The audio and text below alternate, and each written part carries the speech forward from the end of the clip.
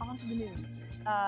Last night, my colleague Holly Bailey and I published excerpts from video statements made by the four of the defendants in the Fulton case who have pleaded guilty. Was it a surprise to you that those videos got out? And also, it might not be a bad thing for you to explain to the public, what is a proffer statement? So my team in the particular case that those got out, we had already filed to have a protective order where discovery in the case would not get out. So surprising, no. Disappointing, yes. In fact, today from here, made sure I wasn't late for this event, but I was with my team making sure that an emergency motion got filed so that that motion we had already filed gets heard immediately, because I think I'm not happy that it was released and that you and your colleague got to do your story. Can you say definitively to this audience and the internet audience that it was not your office that leaked those videos? It was absolutely not my office. You know, I just want to get that on the open records request we got for that, and told from the reporter, yes, from you and every other outlet. No, we're not going to release information, which is why so long ago we filed that motion already, and now we're just asking that the judge rule on it, expedite it. And I would talk about that because that's a public record. It's stamped, filed. You have a copy of it. I think it's already on Twitter. We have a story online about it. DA Fonnie Willis addressing the big story. Who leaked the video depositions and court filings in that case? We now know, and we'll talk about that this morning. Joe Manchin is saying what we already know, that he is strongly considering, in his words, a run for president. He said he will make that decision by the time that the primaries roll around, but he says that he is not in it. He won't be in it as a spoiler, he says. But he also says that he wants to do everything he can to keep Donald Trump out of office. We'll talk about Joe Manchin this morning and who's left in the GOP presidential race as Tim Scott bows out. And the Supreme Court has refused to hear the case of a Black man locked in solitary confinement for 3 straight years. No exercise, nothing. We'll talk about that as well. And Marilyn Mosley, the former Baltimore state's attorney, well, appears to be headed to prison as another trial, this time a mortgage fraud trial. Date for that has been set for January. And Kevin Hart is receiving a very high award, a very distinguished award. We'll talk about that this morning with Mr. Suspenders himself, Austin Cooper. My brother, good morning. How are you, man? What's going on out there in D.C.? Always good to see you, man. Trying to hustle and make a living. Yeah, he's always hustling. It's amazing. It's amazing he's in North America right now. And stay out of trouble with you and Greer and Barrington. That's my, if I can stay out of trouble with the three of you, life is good. Life is good. Nobody stays out of trouble with Barrington. I know. Get that. Listen, so Austin, we start this morning. We're going to start with Joe Manchin, the West Virginia senator who last week announced that he's not running for re-election, but said that he was going to continue to do everything he can to ensure democracy. Well, Senator Manchin has said that he will run for president if the country says that they need him. He says that he will make that decision perhaps by February, before the primaries. But he said every American should consider if they are in a position to help save the country. He said he first has explored a run, or whether there's an appetite among voters for a moderate candidate like him. He says, I'm going to do everything in my power to make sure to mobilize that moderate, sensible, common sense middle. He says he suggested that if he can reinvigorate, and that's his word, the middle of the road constituency, that would play a major role in whether he would launch a White House bid. He says, I'm absolutely scared to death that Donald Trump will become president again. I think we will lose democracy as we know it. Austin, Senator Manchin appears to be headed for an announcement soon. If he was that concerned about Donald Trump being reelected, then he would not run. If he was that concerned about Donald Trump being reelected, he would fight to keep his seat in his own, in his own state. Joe Manchin has been running against President Joe Biden since the beginning of the president's term. So I'm not even remotely surprised. We already have a 1 or 2 vote margin, excuse me, in the United States Senate.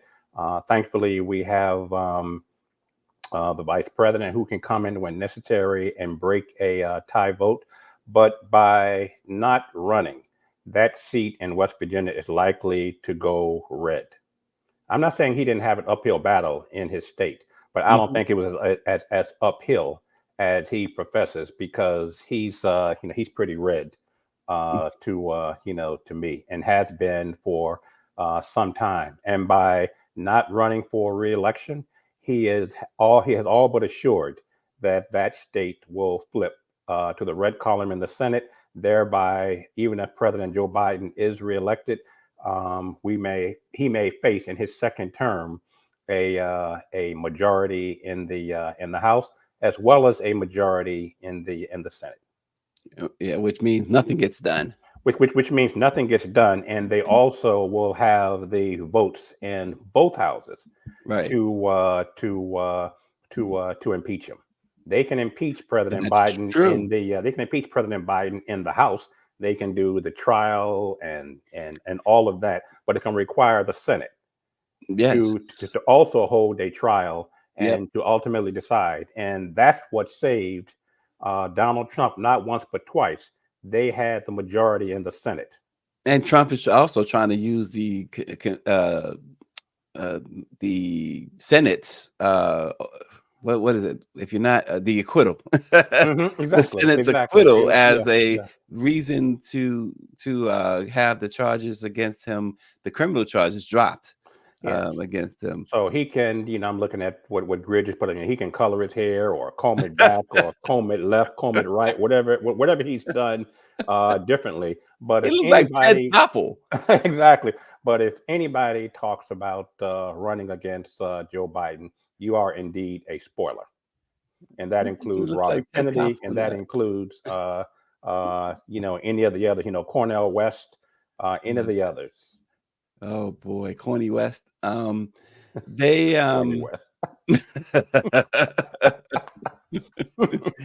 unreal. Why did he? We talked about that because Greer actually was the one who pointed it out. But what's with the color of the hair and like you said, combing it back, was putting on a new rug. What's with all that? Trying to appear young, trying to appear more vibrant. As compared to President Biden. Look, I tell people it's a blessing to get older. It's a blessing to see gray. I don't have the problem, but I still consider it a blessing to be bald at 61 next Tuesday. So even if I did have hair like you, I would not. I want the distinguished look, like you have. The salt and pepper. Why'd you hesitate when you said like me? I want for emphasis. For emphasis, okay. Like you, Stacey Brown, like you. So Austin, speaking of candidates and a lot of people, I was going to say, speaking of Republican candidates, because we were talking about Manchin, a lot of people view him as a Republican anyway. Oh, okay. I see Greer's message there, Austin.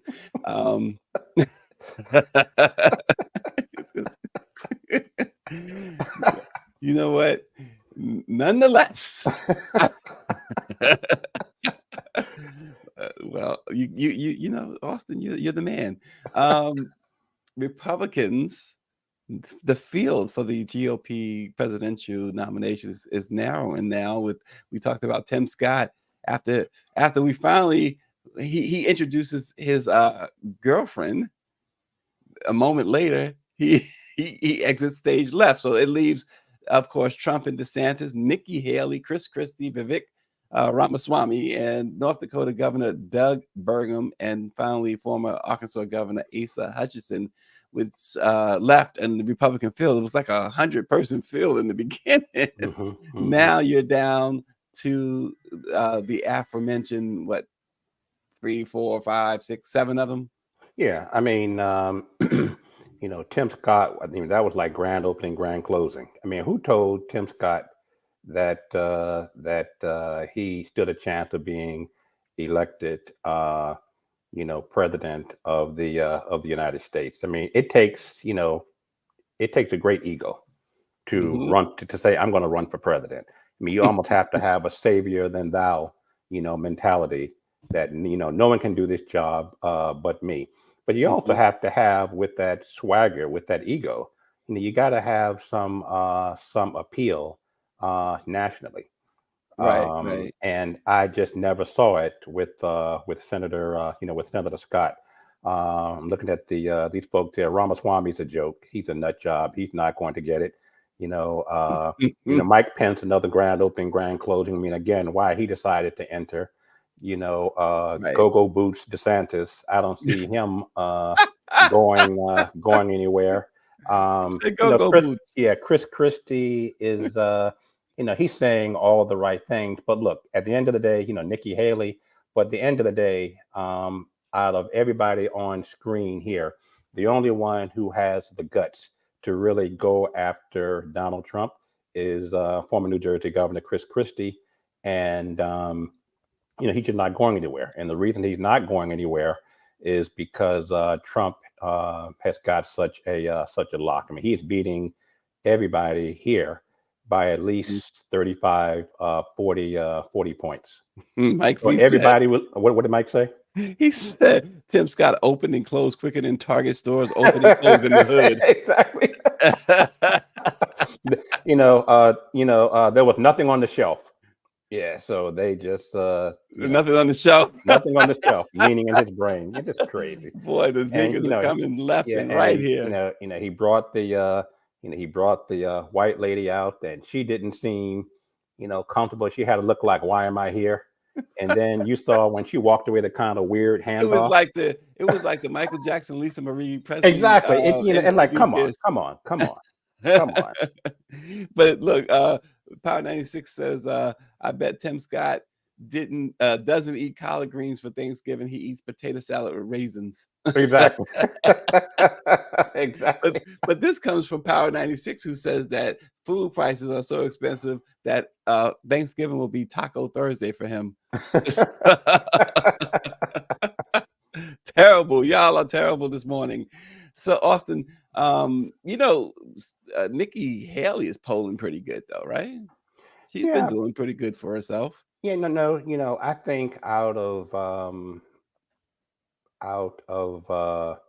everybody, everybody on the list here, including the former candidates, Tim Scott and the vice president, but those remaining, if I don't even see Nikki Haley as standing a serious chance of beating the president. Well, and the former president. Then remember, Trump says he's considering what's his name, Tucker Carlson, as his vice president. Crazy. Yeah. Did you see those two idiots walking into Madison Square Garden last week? I heard about it. Now, interesting. He got booed. Somebody threw him. Somebody threw Trump a middle finger at that event. I saw. Yeah, there was a lady sitting behind him. She gave him like 2 middle fingers. I'm like, wow, that's okay. But interesting. If I can digress briefly, you and I are used to seeing, and Greer used to seeing presidential motorcades moving about town, and regardless of who is president, you can't help but be impressed when you see a presidential or vice presidential motorcade. I've seen it with Bush, Carter, all of the presidents. But with Trump, the difference was the visceral reaction that men, women, teenagers, older people had when his motorcade went by. I mean, giving them the finger, grabbing their private parts. I mean, it was something to see. It is it is interesting because no previous president has ever gotten the sort of reaction that he's gotten. The type of, like you said, the vitriol and you know, it's always something about. Of course, he has people who just absolutely worships him, but then I mean, he just elicits such. He's so controversial. And he's either loved by you know his following or hated by others who, and it used to be that if you just didn't agree with the president's policies, that was just it. You didn't hate the president, right? You respected the position. This guy, it's a whole new ball game.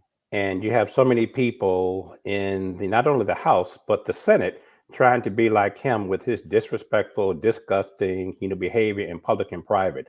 You have the senator, standing up and challenging a witness in a Senate hearing. A Teamsters guy to a fight. Yes. And during a hearing. Yeah. And, I can't fight. So I'm not going to challenge anybody to fight. But who I want to challenge to a fight is a Teamster. Because I'm like, they still can't find what Jimmy Hoffa is. So the last person I'm going to challenge to a fight is anybody associated with the Teamster. But seriously, you have a Republican member of the Senate standing up and challenging a witness to a fight. Yes. Right there. And Senator Sanders had to say, you are a member of the United States Senate. What are you doing? You want to do it now? I'd love to do it right now. Well, stand your butt up then. You stand your butt up. Oh, hold on. Big Oh, guy. oh, stop it. Is that your solution? Look at this. Look at this. No, sit down. Look at this. You're a United States Senator. Sit down. Active. Oh, okay. Sit down, please. All right. Can I respond? Look Hold at it. this. Hold it.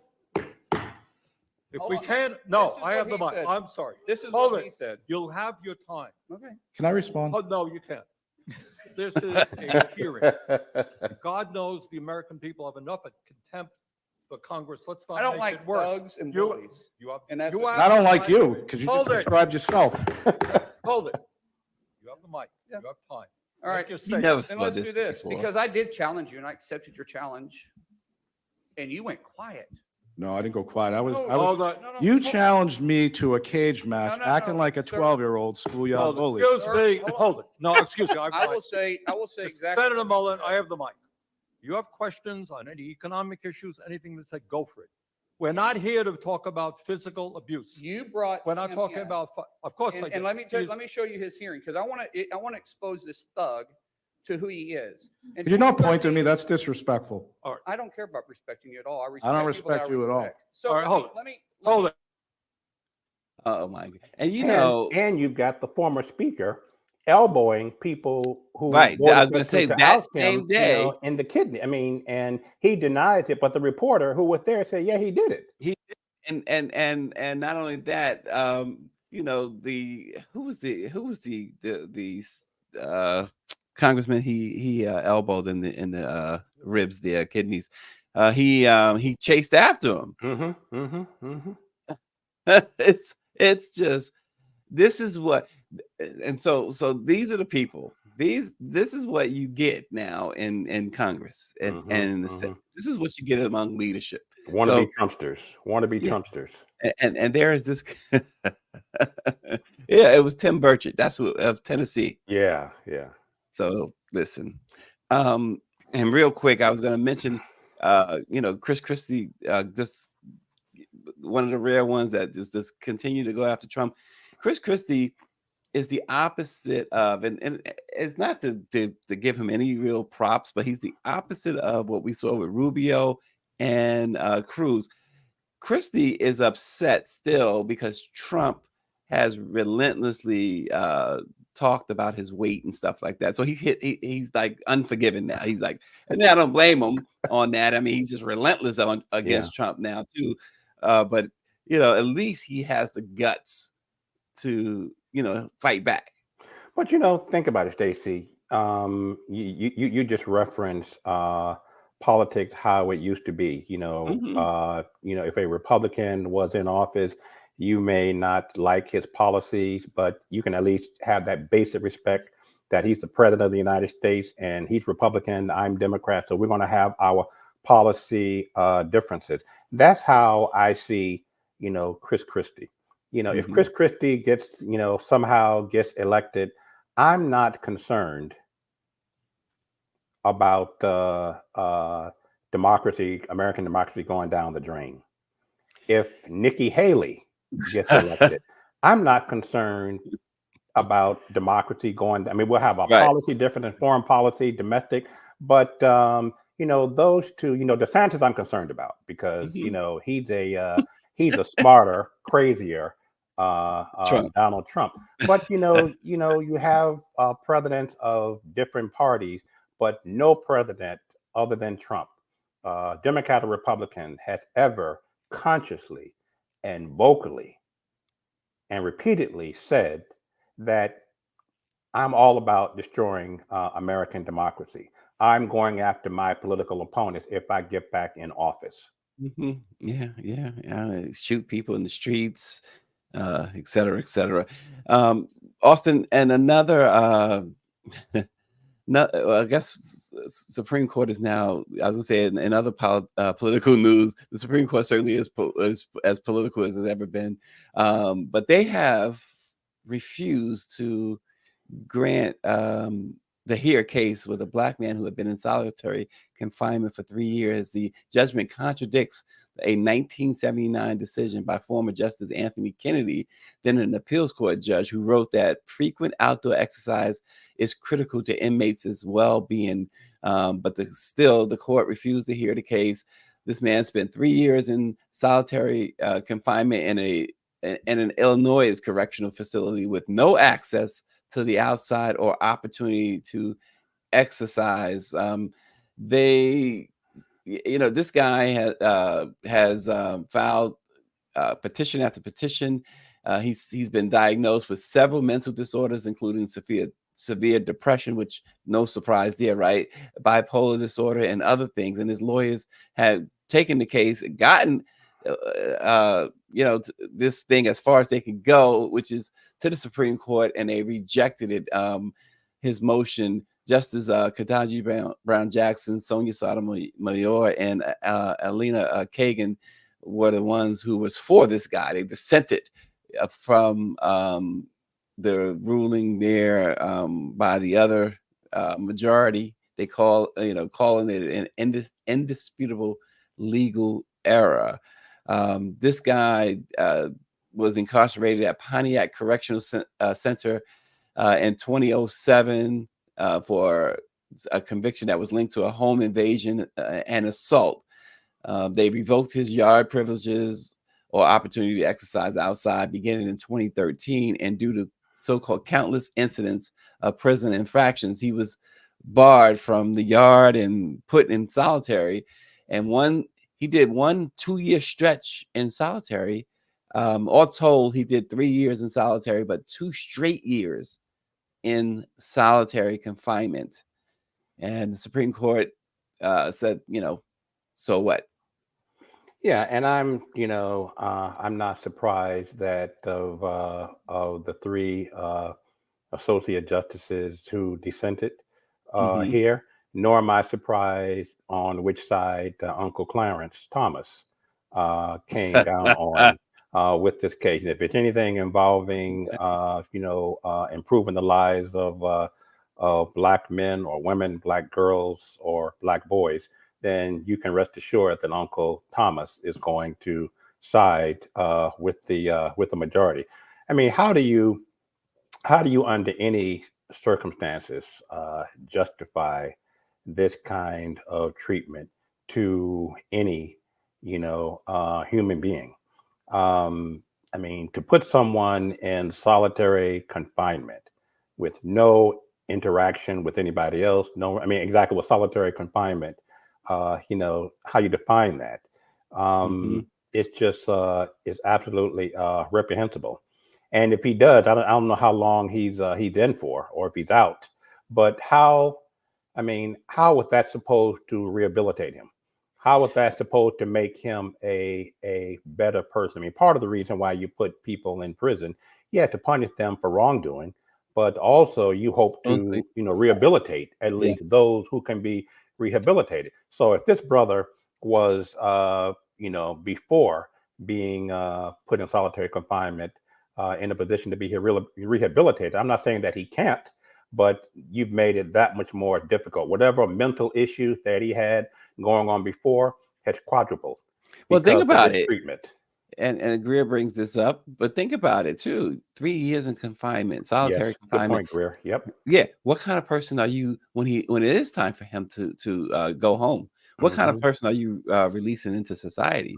You're releasing somebody who's now he's been through it all, who's angry. Please. Absolutely. Anything goes at that point. This guy, Yep, he yep. could care less. What else can you do to him? And think about how, I'll speak for myself and others, but how we in general as a public were impacted by a, different form of solitary confinement, but certainly confinement during the pandemic. Think about how that impacted our well-being. Yeah, it's all And the mental health much less to be aspect. in, yeah, exactly, much less to be in prison like it. But great point, Greer. I mean, what kind of person Mhm. are we releasing?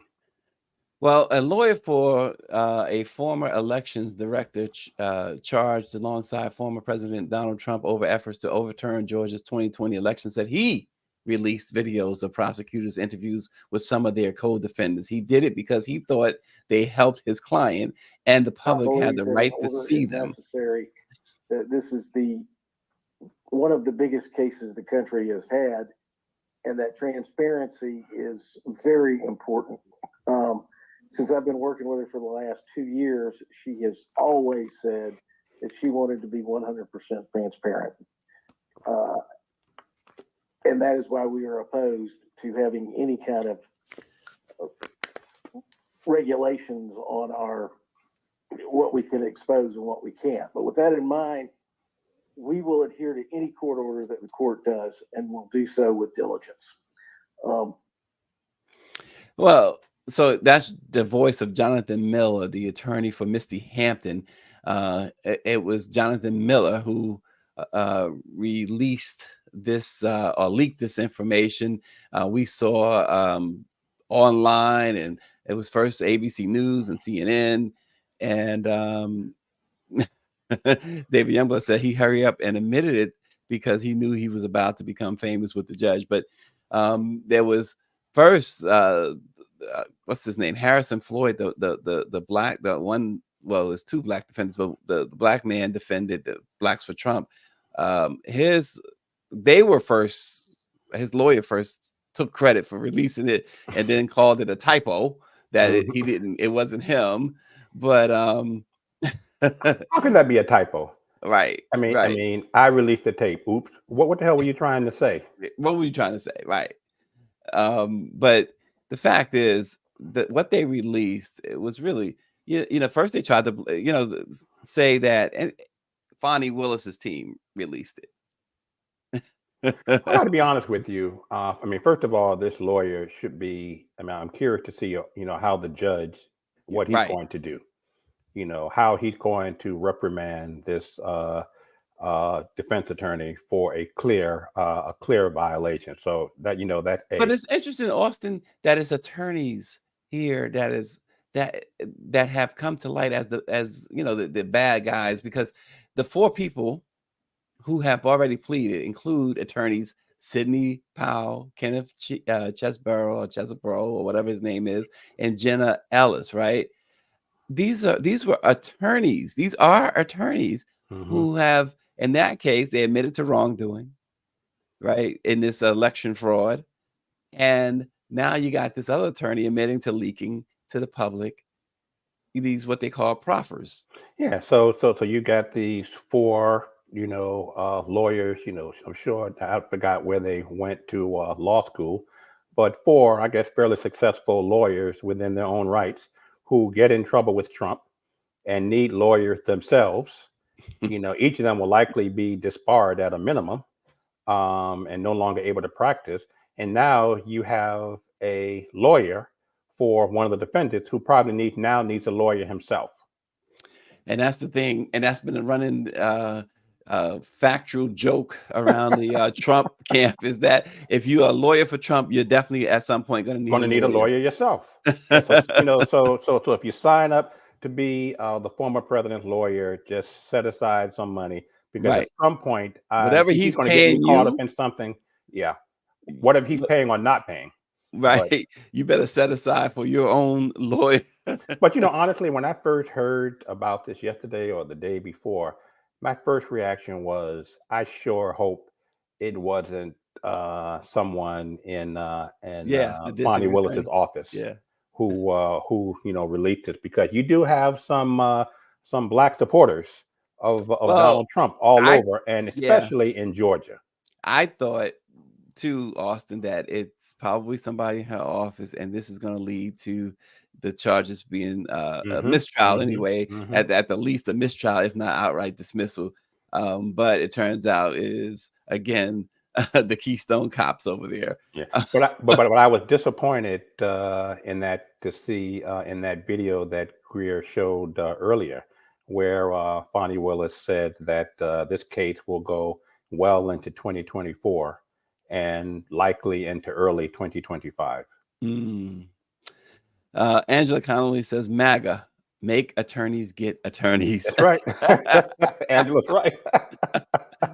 Listen, so speaking of attorneys, Austin, Marilyn Mosby, the trial for the second set of charges against her will begin in January. According to court documents, the former Baltimore City's state's attorney will go to trial for mortgage fraud on January 18th. Jury selection will begin on January 16th. Last week, of course, a jury found her guilty of 2 counts of perjury, and federal prosecutors said Mosby had lied about suffering a financial hardship when she indicated as much while withdrawing money from her city retirement account without paying a penalty. Through the CARES Act, Congress authorized people who suffered pandemic-related financial hardships. They were allowed to withdraw money without paying a penalty. But according to the original indictment, she is accused of failing to disclose the fact that she had a $45,000 federal tax lien on her home in Baltimore that she shared with her soon-to-be ex-husband, Nick Mosby, when she purchased the homes in Florida. Nick faced a barrage of questions about the tax lien, and then despite saying he had the issue taken care of in 2020, the lien wasn't satisfied until January of 2021. She purchased a home in Kissimmee, Florida in September of 2020 for $545,000. And then she sold the home for $696,000, which put the profit at $151,000. But she said it was a lot less, and she used the money to buy a second vacation home. She's going to jail. Yeah, and this young sister, I mean, just do the right thing. It is Well, so yeah, it just appears this when you talk about witch hunts and stuff like this appears to be that. It just appears to be that they because she went after those cops. Come on, and she went against the grain, and this is payback. No, and I don't disagree with that, but all the more reason why when all the more reason that it was important for her to get or to keep her house in order. Right, I agree. Her personal finances, because there was a target on her back when she was trying these cases, and there will always be a target on. Well, there's no longer a need because it appears that she's going to go to prison, so they have succeeded. But when we in particular are in these positions, when you're in the public eye, when you know that you're going to have these types of enemies, you've got to have your own affairs in order. So I do agree that it was a witch hunt, but I also hold her responsible because she really put herself in this position, and it's so unfortunate. Yeah, and there you see she's with the NMPA's attorney, the A. Scott Bolden. Who, oh, really? Okay. Yeah, he was at a fundraiser for Fonnie Willis last night with Dr. Chavis. They sent pictures Okay. All I got was the T-shirt. Austin, I know we're going to have to run, but one last item of note this morning, Kevin Hart has been chosen to receive the Kennedy Center's Mark Twain Prize for Lifetime Achievement in American Humor, capping a 3-decade career that has seen him rise from the open mics of Philadelphia to become one of his generation's most successful performers. He is just 44 years old, has accomplished so much, and all his films have grossed a total of $4.23 billion in global revenue. Kevin Hart. No, congratulations, Kevin. I am such a big fan of Kevin. I don't know what's funnier about Kevin, what he says or the expressions on his face when he says Right. it. You know, the whole kind of, moving of the hands and how he turns his head and looks at you, sideways in disbelief. I mean, he's no, it couldn't go to a better person. And there's nothing more hilarious than seeing him and The Rock go at it. Oh yeah. And I like how, he's always got his self-depreciating humor Yes. about his height. Listen, there's a certain candidate on the Republican side from Florida that wears lifts. So That's true. That's true. Go boots. Austin Cooper, the one and only, suspenders and all. We appreciate no hair and all in the beard. No, thanks so much. I appreciate you, brother. But